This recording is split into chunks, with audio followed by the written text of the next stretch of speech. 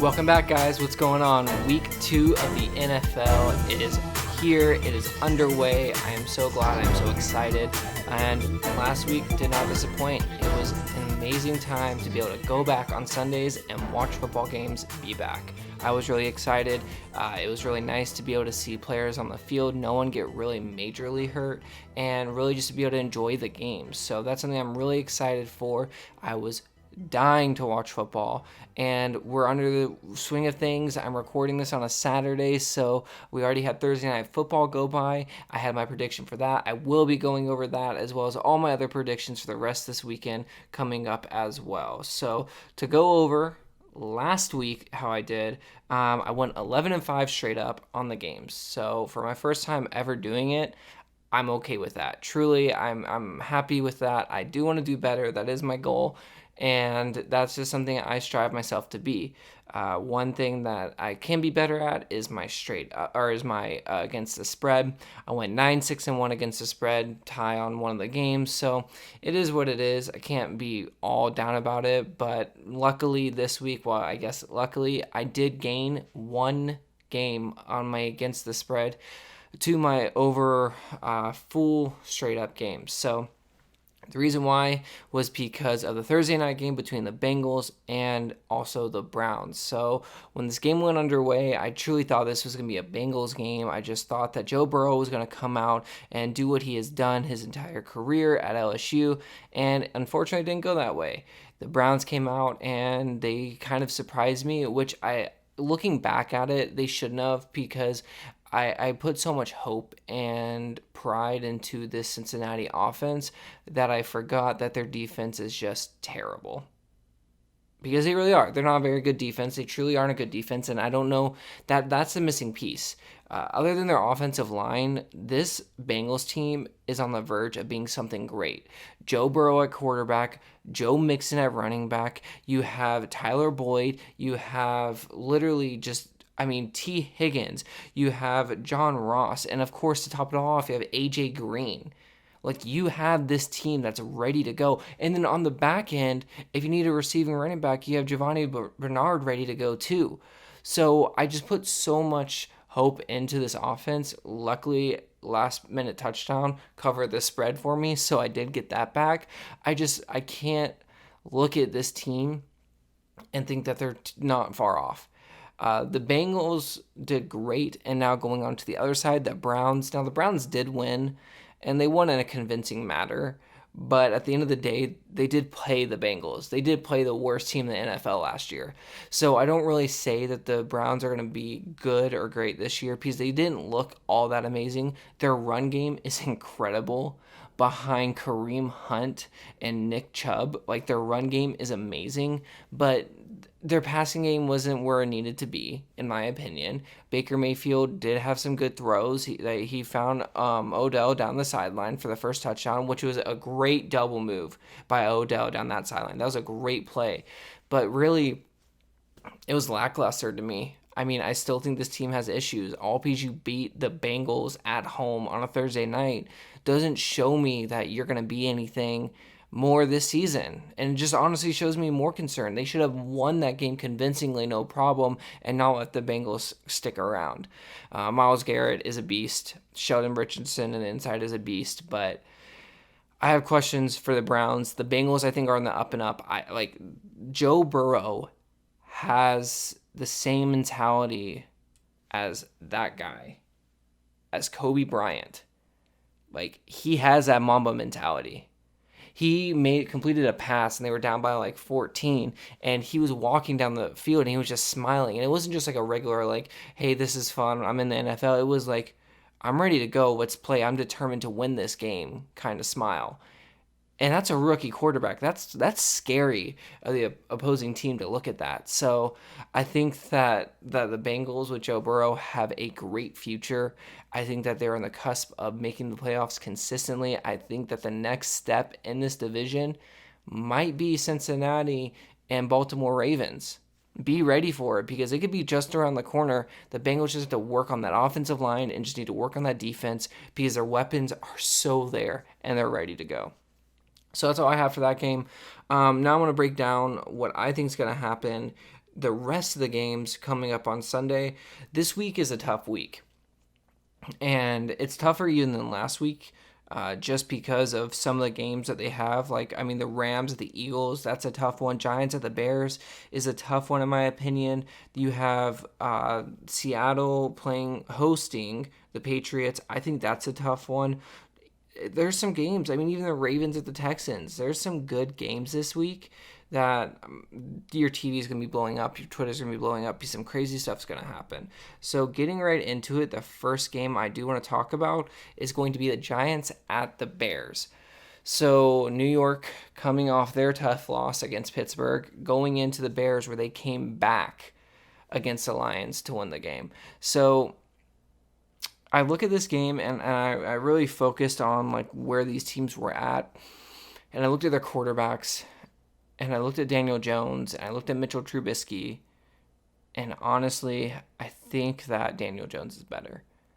And I think that playing Pittsburgh's defense to start off the year and not running Saquon Barkley as much as they could, that's not a recipe for success no matter what happens.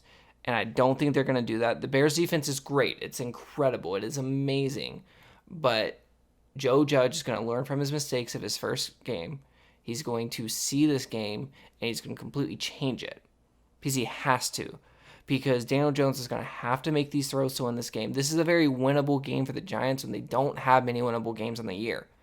So this is one of the games where I just have the Giants barely squeaking past the Bears. The Bears are favored at 5.5, but I have the Giants winning 27-24. So that's kind of like, just to me, I don't see necessarily the Bears being able to hold off the Giants. I see it being an upset. I don't know why. It's just something that I see. I've just focused on looking at where the Giants are going and where the Bears are going, and I see Mitchell Trubisky having one bad game to where people question if he's going to be able to play. I mean, for the first 3 quarters, Mitchell Trubisky couldn't complete a pass. And I think people get lost up in a final score and what the end of the game looks like. But for the first 3 quarters, he couldn't do anything. And then the Lions do what the Lions do and give up free passes after free passes. So I'm going all in on the Giants. I think that this is their game. I think that Joe Judge gets his first win. I think that Daniel Jones has a great game and surprises people. So I'm going with the Giants at the Bears, 27-24 for the Giants. Next game coming up, the Rams at the Eagles. The Rams are favored by 1, and this is a very weird game. Sean McVay squeaking out a win last week against the Cowboys, so that's great momentum going into this game when the Eagles just got deflated and beat by the Washington football team. If I had to tell you going into the 3rd week of the NFL season that one of these teams are going to be 0-2, I think that you'd be very surprised. And unfortunately, one of them are, and the one that is going to be 0-2 is going to be the Eagles. Something is wrong with the Eagles right now. Something is not going right in the Eagles organization, and I see the Rams going in there with this Aaron Donald-led defense, their money in the bag, Jalen Ramsey, and shutting down everything about them, every facet, because they don't have a run game. They don't. Carson Wentz is going to have to go out here and throw the ball 45 times for anything to happen. And you can't rely on that, especially when you don't really have that many receivers that are world beaters. I mean, Jalen Ramsey is going to be matched up with your best receiver. Who do you have after him, right? So this is a game where I see the Rams go into Philadelphia, no fans, and just looking at them and saying, we are the better team. We can run the ball with our committee. We can throw the ball with our committee, and we can beat you straight up in a downhill game. So I have the Rams winning the game 24-14. Not very confident about these first 2 games, truly. Like I said, this is a hard week. I wouldn't be surprised if I just go 0-16 this week. But there are some really good games, and I just do see the Rams pulling this one out. Against the Eagles, I just see that being their game. Next up, I have the Falcons at the Cowboys. The Cowboys are favored by 4 in Dallas, and I have them winning by more than 4. Again, another game. If I told you that at the beginning of the year one of these teams would be 0-2, you'd be very surprised. But the Cowboys coming off that devastating loss at the Rams with the offensive pass interference. Truly, this is something that I know that they are going to be really hard set on and having a huge issue with is losing that game. They want to win this game. So that being said, I have the Cowboys coming on top 38-31 against the Falcons. The Falcons, the Falcons are a great team. They really are. They just play in a tough division. And their first two games are the Seahawks and the Cowboys. Like, that's tough. That's not easy. And I don't know who they pissed off, but that's just tough. And I don't see them being able to go into Dallas and win. The reason why is that I think the Dallas Cowboys have a good matchup for the Falcons.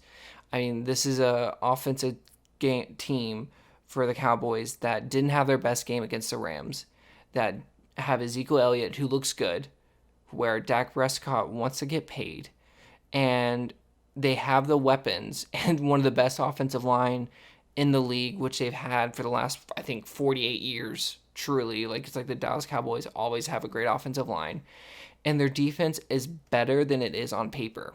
So I think with that, they match up well against the Falcons, because the Falcons, if they don't get the run game going very early in the game, they completely abandon it, and they're very predictable on the passing side.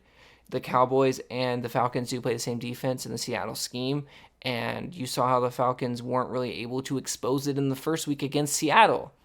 So I look at it and I see Dallas being able to expose the Falcons version of the Seattle scheme. I see them being able to just run on top, and they're at home.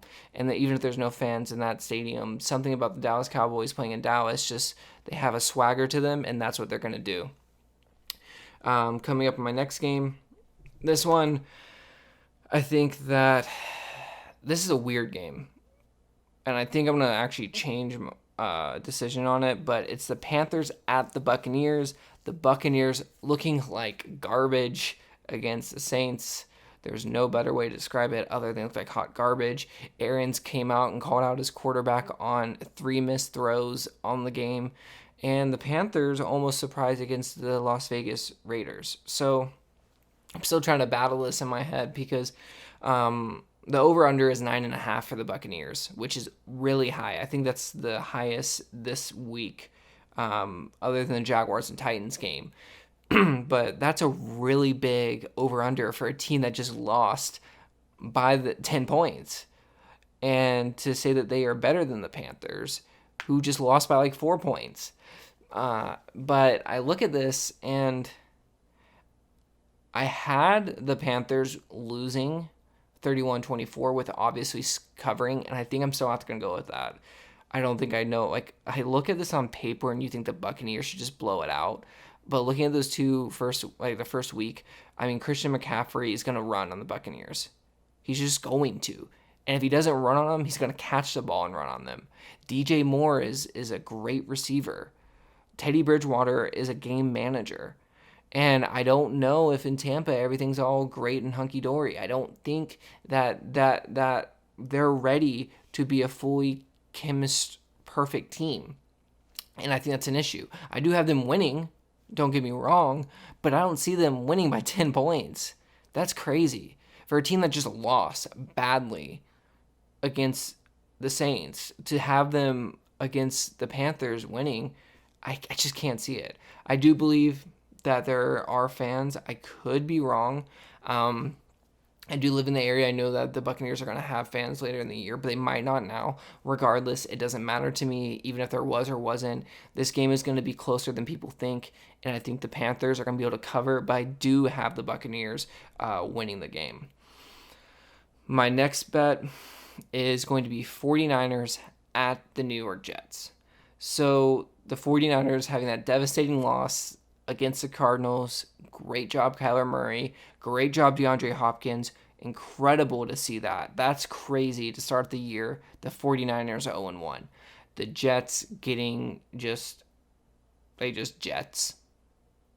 just losing is in their blood. And surprisingly, they only had the 49ers favored it by 6 points. And that's too low in my opinion, because I think the 49ers have enough offense to dismantle this Jets already dismantled defense. And their defense is so damn good, the Jets won't score on them. You're telling me that Sam Darnold and company is going to go and score enough points to hang in with the 49ers? I mean, I can see this game being 17-6. I can see it being 24-6, but I actually ultimately have it going 38-17. I think that we need the 49ers to show that they are the team of last year, that they can put up points, that they are going to be able to go into Kansas City and put up enough to hang around with the Chiefs and Patrick Mahomes. So they have to be able to show that they can do that, because if they can't, there will be doubters, and there will be, let's say, 49ers can't do anything. And especially with Seattle trying to free up Russell Wilson, you have to win this game to even stay in the same league as the Seahawks and Russell Wilson. So I do have them winning big. No doubt in my mind, the 49ers are going to win this game big. 38-17 is my final score. I would see if that happens, but that's just how I feel. The next game on the docket is going to be the Broncos traveling to Pittsburgh to the Steelers. So the Broncos obviously losing the game against the Titans on Monday Night Football, which was not eventful at all, just like I predicted. I told you it was going to be a dumb game. And the Steelers coming off their victory against the Jets. I could be wrong. I should be right. But regardless, the Steelers are favored by 7.5 in this game. And they won against the Giants. Apologize. But I have the Steelers winning this game big. The Broncos did not look great. The fact you don't have Von Miller is not good. This offensive line in Pittsburgh is real. This running game in Pittsburgh behind Snell is changing a bit. And this is Ben Roethlisberger's year. Big Ben is ready to have a big year. So I have them winning this game 30-16. I don't know if Drew Lock is there yet as the Broncos quarterback. They have some great receivers. I mean, Cortland Sutton, you have Jerry Jeudy. Yeah. I just see them truly not there yet, but so close. Noah Fant. I mean, this team has great weapons, but I think Melvin Gordon's not going to be able to run on this Pittsburgh Steelers defense. I think the Pittsburgh Steelers defense is going to just smother them. I don't see them scoring many points. A lot of these games, I have it like higher scoring. And what it is just a team blowing out the other team. The Steelers are going to blow out the Broncos. But just like the Bengals did on the Thursday night game, the Broncos are going to score some garbage touchdown, and Drew Lock is going to go throw for 250 yards, 2 interceptions, and 2 touchdowns, and it's going to look decent on paper, but 175 yards of it's going to be in garbage time, and one of the touchdowns is going to be in garbage time. So I have them losing the game 30-16. Next game are the top 2 teams in the AFC South. And if I said that at the beginning of the year, you wouldn't believe me, but it's true. The number 1 team in the AFC South, the Jacksonville Jaguars, travel to Tennessee and play the Titans. The over and under is the Titans at -9. Favored by 9. And that's high, but if you've watched any Titans Jaguars games, it's true. The Titans with Derrick Henry runs all over this defense. It doesn't matter if it's 2017 or 2016 and you have the stacked Jaguars defense. I mean, last year he ran all over. He tied the record for longest touchdown in a single play. He does not get tackled by the Jaguars. What I did like about the Jaguars' first game after rewatching it is that they truly did focus on closing down and tackling in the first attempt. So that was really great to see, and I'm hoping they can keep that going this week because they need it against Derrick Henry. One big thing, A.J. Brown is out. So that was reported that A.J. Brown is out. So that is big. That does add a lot of pressure onto Tannehill and this Titans offense, but I still do have them winning. I don't have the Jaguars necessarily losing by 9. I have the Titans winning 31-24. I do probably see it being lower than that, really looking at it now, like a 22 to like 15 game, 22 to 14. But I don't see them truly blowing out the Jaguars, but I do have them beating the Jaguars. So I'm threading the needle there on the over-under, but I don't see them truly beating the Jaguars by more than 10 points. The next game is an NFC North matchup. The disappointing Lions, who I really wanted to beat Chicago, at the Green Bay Packers. Green Bay Packers win. Only favored by 6, though, which is very surprising to me with the true fallout that the Lions had and the fact that Green Bay looked really good in the first week. I'm very surprised. Like, the Packers went to Minnesota and handled Minnesota, and you think that they're only going to beat the Lions by 6? That's surprising to me. The Lions, if they don't get a lead, well, they don't hold a lead even though they get the lead, so I don't think they're going to get the lead, and if they do get the lead, they're going to lose the lead because that's what they apparently do, and they're going to do that. They are not going to win this game. I have the Packers winning it 35-28, only by 7. I see them winning by more. I see it being garbage touchdown at the end of the game, and Aaron Rodgers looks good. He's pissed off. He's angry. This offense looks good. A.J. Dillon looks good. Jones looks good. Scantling is apparently going to be good. Devontae Adams is a baller. And the Lions they're the Lions. The Lions can be great. Matt Stafford is the most underrated quarterback in NFL history, and they can be amazing, but they just aren't. And I'm just taking the Packers because I know they're proven. I know they win games, and I don't think the Lions win games. Which brings me to my next game, the Bills going to Miami, playing the Dolphins. And luckily, the Bills don't have any distractions to go and hang out on a boat in Miami because you can't do that right now. But it doesn't matter. The Bills are favored by 5.5, and they're going to win by more than 5.5. I don't know why they're only favorites by 5.5. They're playing the Dolphins, who looked terrible in the first week. If you watch the Dolphins and the Patriots game, the final score might have been close. It might have looked interesting, but New England won that game easily. Like, there was no doubt in their mind they were going to lose that game. Bill Belichick was comfortable. Cam Newton looked great. They were not going to lose that game. Ryan Fitzpatrick is not going to do well against this Bills defense. He is going to be confused. He is not going to be able to make passes. And this defense is legit. They're top 5 defense in the league. That's what they're known for. And they're going to show that. So I see the Bills with Josh Allen. Josh Allen with another game under his belt. Gets better by each game. He's not going to take care of his body because he never has, but he's going to run for 50, just like Cam Newton did. They're going to take that film of Cam Newton and put it into Josh Allen. Josh Allen is going to go out there and do the exact same thing, but also pass for a bunch of yards as well, because that's what he does. Stephon Diggs is going to possibly have a big game. He should have a big game, and this run game should get under track. Like, they should get better too, like they weren't last week. So the Bills, I have winning 27-16 in Miami. So the last couple games, the Vikings, after their loss against the Green Bay Packers, traveling to Indianapolis to play the Colts, who lost against the Jaguars, who shouldn't have lost against the Jaguars, who for some reason lost to the Jaguars, and they need a win. This is another hard game because to me they're two very unique matched up teams. The Colts losing Marlon Mack, I think, is a godsend for the Colts, because I look at the Colts and it was always like, okay, we have Marlon Mack and we have Jonathan Taylor, and this is Jonathan Taylor's team, even though he's a rookie. This kid is crazy. He's going to be one of the best running backs in the game, and this just gives him the opportunity to be that person. So I totally see Jonathan Taylor being able to have a big game against the Vikings. This Vikings team is tired already.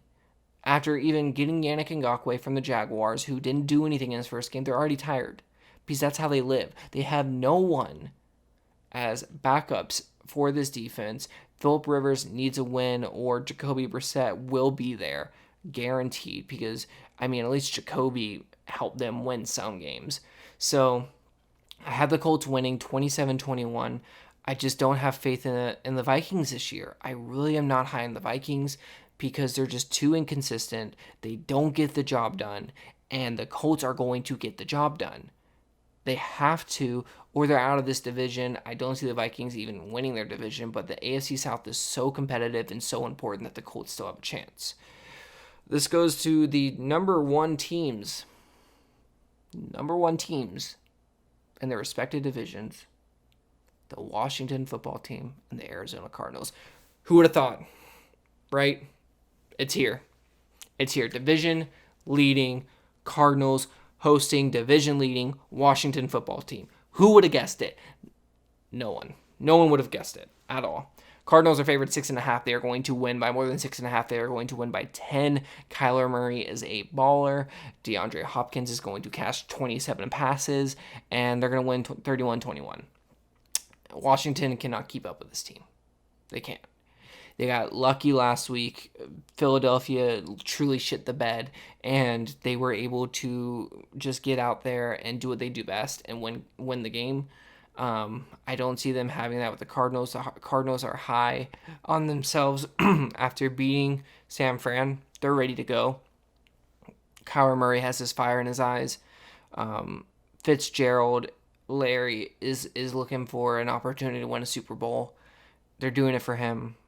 They win this game easily.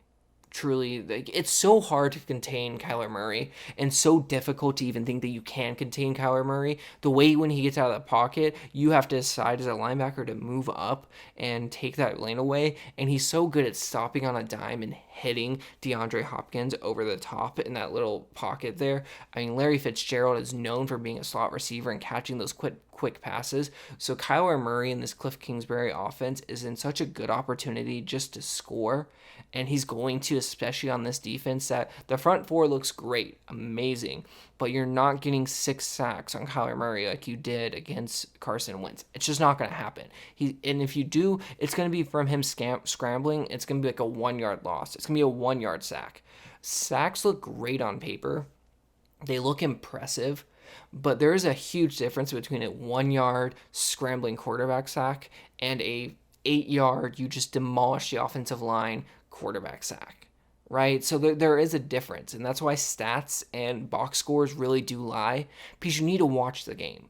Because it being 2nd 11 compared to 2nd and 18 is very different. 2nd 11 is very manageable. You just get a 6-yard pass, which the Cardinals playing that West Coast offense are great at, is a lot easier to manage than trying to get out of this with a deep ball, and it ended up being 3rd and 18, and you just run the ball to punt it. And Kyler Murray isn't going to lose 7 to 8 to 10 yards on a sack. He's going to lose 1 or 2. And that's the way it's going to be. And the Cardinals are going to win that game 31-21. Someone hates the Texans. Someone in this universe hates the Texans. And I'm glad they do, because I'm a Jaguars fan and they play in my division, but someone hates them.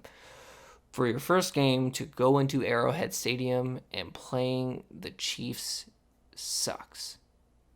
But to go then home and to play the Ravens sucks even more.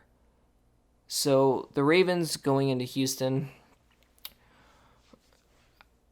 this is the Ravens game. I have so much faith in Lamar Jackson and company. They're just monsters. They have the best roster in the NFL. Their defense is incredible. If you look at it, Houston couldn't even get past the Chiefs defense, who are very quietly scary. But the Ravens defense is like a monster in the room scary. Like, it's there. It's scary, and it's going to beat you. And this defense is going to do just that. Their offense is going to get a lot of short fields. Their offense is going to get a lot of long touchdowns. And the Ravens are trying to prove that they are the best team. Lamar Jackson is pissed off in his early career of how he's performed in the playoffs. And they're going to win 38-21. I have them demolishing this game. I have this not even being close because, like I said, someone truly does hate the Houston Texans. And Deshaun didn't look terrible in his first game, but he really didn't look great. This offense, getting, like, David Johnson was a great pickup. I think he was a very big surprise. I think that Houston needs that. I don't see him running on the Ravens, but I really do see the issue of going by committee with receivers is not going to work for them. And I just don't see it working against a great team like the Ravens. Truly. I mean, the Ravens are so good, guys. I want to explain this to you. That their middle linebacker is a rookie. And that's not even concerning. That they were able to release Earl Thomas. Granted, Earl Thomas was not Earl Thomas of old, but they were able to release Earl Thomas. That even down to their kicker, Justin Tucker, is one of the best in the league, if not the best. This team is so damn good at every facet. And you have a quarterback that is willing to take the risk that a lot of quarterbacks aren't. This team can go 16-0. Truly. But they play the Chiefs next week, so that's going to be interesting. Segueing into an AFC West matchup, the SoFi Stadium gets their back-to-back games, with the Chargers having their first home game, hosting none other than the reigning Super Bowl champions, the Kansas City Chiefs. Kansas City Chiefs are favored by 8.5. They're going to win, guaranteed on me, most likely not, but worth a shot, 30-17. 30-17. Good game. I mean, that's a win for the Chargers. I mean, they are supposed to be at least, lose by 9, but I'm going to give them the extra 3 points because Tyrod Taylor does not look scary on paper, nor does he look scary in person. This Chiefs defense does look sneakily scary, like I said, and this offense is too damn fucking good. This offense is too good. Clyde Edwards-Helaire is going to run straight down this impressive Chargers defense. This impressive Chargers defense that does not have Derwin James, one of the best safeties in the league. I just truly see the Chiefs. They're too much of a complete team, and the Chargers aren't. You can see the holes in the Chargers. You can see that they want to go with Justin Herbert, but won't pull the trigger yet. You can see that this defense is missing their safety. The Chiefs aren't missing anything. And they're not going to miss anything, and they're going to win this game. Patrick Mahomes is going to have a great game like he always does. Clyde Edwards-Helaire is going to feast on this defense, even though they are great. And it's going to be 30-17 for the Chiefs. This game. This game. This game's legit. This game could be the Super Bowl at the end of the year. I mean that. Truly, if I was as of now, looking if the Patriots played the Chiefs in this playoffs, I think that the Patriots could pull some crazy shit out because Bill Belichick does. Patriots going to Seattle, playing the Seahawks in Seattle. Seattle is favored by 4. Russell Wilson is amazing. Bill Belichick comes in, says he's the most underrated player in his position. This is the thing Bill Belichick does. Comes in on Wednesday and someone says, hey, how do you feel about this player? Or he puts it in the media. Look out for this player. This player is great.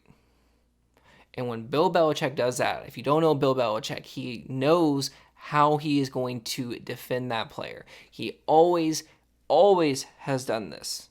He praises the player that he knows he wants to beat. He will never say anything bad about the player he wants to beat.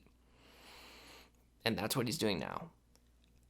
I have the Patriots upsetting this game. I have the Patriots going into Seattle and winning 27-24 because I think this is a prove-it game for Cam Newton to say, I might only be making $1 million, but I'm still a damn MVP, and I'm still going to win this damn game against a Seattle defense and Pete Carroll. I just see this being such a close game, but the Patriots winning. Regardless, even if they don't win, they are going to cover that 4-point spread. They're going to lose by 3 2 or 1, or they're going to win the game. The Patriots are going to win this game. And my logic behind it is that they are hungry. Bill Belichick is going to make a great game plan on defense to stop down and stop the Seattle offense. You stop DK Metcalf, you stop Russell Wilson. Right now, you have a great chance to stop the Seattle Seahawks. It is just tough to stop Russell Wilson, but I think this is the team to do it.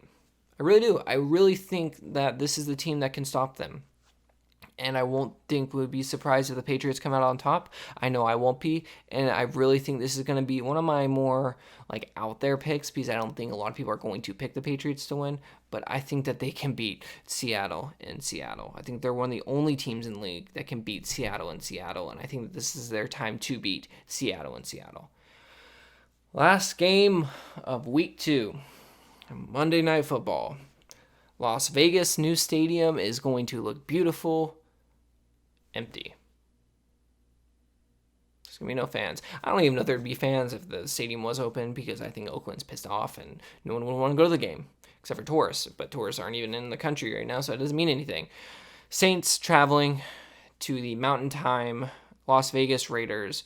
The Saints are favored by 6, coming off that demanding win against the Buccaneers. And I see them doing it again this week. I don't know why it's even favored. They're only favorites by 6. Look at this. The Raiders barely beat the Carolina Panthers. The Saints just demolished the Buccaneers. This Saints defense is legit. Derek Carr does not look great. John Gruden is not going to go out there and outwit Sean Payton. He is not as good as Sean Payton. Sean Payton is going to go out and outwit that entire team. They don't need Mike Thomas. He wasn't even an impact last game. They don't need him. All you need is Alvin Kamara and Taysom Hill. I'm not even saying Drew Brees, because everybody knows for some reason that Drew Brees is on a decline and no one wants to admit it. Taysom Hill, Alvin Kamara, Saints defense. Raiders can't beat him. Josh Jacobs is going to have a big game. He's legit. I know that John Gruden is high on Josh Jacobs, but he's going to have a big game, but it's not going to be enough. It really isn't. The Saints are a great team, and they want to show that they don't care about these new additions that the NFC South has, between Gurley going to the Falcons, Teddy going to the Panthers, and even Robbie Anderson joining him there. And Tom Brady, Gronkowski, Leonard Fournette, the list goes on and on to the Buccaneers. They don't care, because they're still the best damn team in the South, and they're going to prove that, and they're going to win this game. So, that all being said, that's who I have. I have the Saints winning 31-17. So I want to do a quick recap of this week's Sunday picks and Monday picks. I have the Giants beating the Bears 27-24, upset, the covering the spread. I have the Rams going to Philadelphia winning. I have the Cowboys beating the Falcons. I have the Buccaneers beating the Panthers, but the Panthers covering the spread. I have the 49ers demolishing the Jets. I have the Steelers demolishing the Broncos. Titans beating the Jaguars, with Jaguars covering the spread. The Packers demolishing the Lions. The Bills beating up on the Dolphins. The Colts squeaking a game out against the Vikings. The Cardinals holding their own against the Washington football team. The Ravens beating the living crap out of the Texans.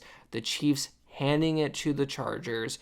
The Patriots beating the Seahawks and covering that spread. And the Saints demolishing the Raiders on Monday Night Football. I think there's only a few that I'm threading the needle on. I did thread the needle on the Bengals and Browns because I had the Bengals winning, so I'll take that. I do have the Panthers covering, even though it's going to be close. I have the Jaguars covering, even though it's going to be close. So those are my games. Week 2 is here in the NFL. Did want to touch on one other thing. LeBron James got robbed. The fact that LeBron James does not get credit to being who he is in the NBA is just so demoralizing. Every team he goes to instantly makes the playoffs, but for some reason he's not the most valuable player. That's crazy. You can say he's not even the best player on his team. Well, here's the thing. He might not be the best player on his team, but he is the most valuable player on his team in the West, in the East, in the NBA. He's the most valuable player to this league. So it's crazy. Congrats, Giannis. I mean, you did say they don't call you the MVP until you win the finals. Hey. So LeBron is the MVP in my books. He will be the MVP in my books because he's going to win the NBA championship behind Anthony Davis. Shout out to Miami. You guys proved me wrong so far in the NBA playoffs. You guys have kicked my ass. I did not want to see you in the finals, but you guys are playing amazing. You guys are playing great. You guys deserve everything you guys have done. The fact that you've handed it to everyone that you played is incredible. Good on you, truly. The Nuggets don't disappoint me. I know you guys are tired. I know you're drained, but come on. Make this series against the Lakers competitive. Just do it. You got this. Just do it. And MLB news, the Dodgers, they are officially in the playoffs. They did clinch the first playoff spot. They're demanding in that division, as well as the entire MLB. The Yankees have fell off a cliff, and the Braves are slowly, number 2 in the NL. So, yeah, go Braves. Other than that, nothing too crazy going on in sports, other than the fact that the Denver Broncos did, in fact, get a bill to be passed in the city of Denver about the fact that there has to be more awareness and understanding by the police department and the officers in Denver, and I believe all of Colorado. So, hey, you said leave politics out of sports, but hey, sports make a difference. So, go sports. Good job on you guys, truly. Other than that, we did it. Week 2 is in the books. We are here. Great games coming up. Crazy games coming up. If I'm right this week, if I do really well this week, I am ready to start betting on games for my actual purpose. I want to, because I don't want to say these games and not hold any weight. It's easy to make a prediction if you don't have anything in the game, but if you make a prediction, you have something in the game, you have more to lose and you have more to win. And I want to do that. So I don't want to do it right away because this week and this season is so weird and anything can happen, but I really do believe that I can start betting on the games if I do have a good week this week. So that's what I'm hoping for. We will see how it goes. Other than that, guys, I hope you have a great night. Thank you so much for stopping on by. It means so much. You guys mean so much. Rate, review, subscribe to the podcast, YouTube, Amazon Music, Spotify, iHeartRadio, Stitcher, everywhere you get your podcasts, I am here. YouTube, obviously. Please, guys, it means so much. I've gotten so much feedback. It means a lot. I really appreciate you guys. Other than that, have a great night. Have a great day. I'll see you next time, guys. Bye.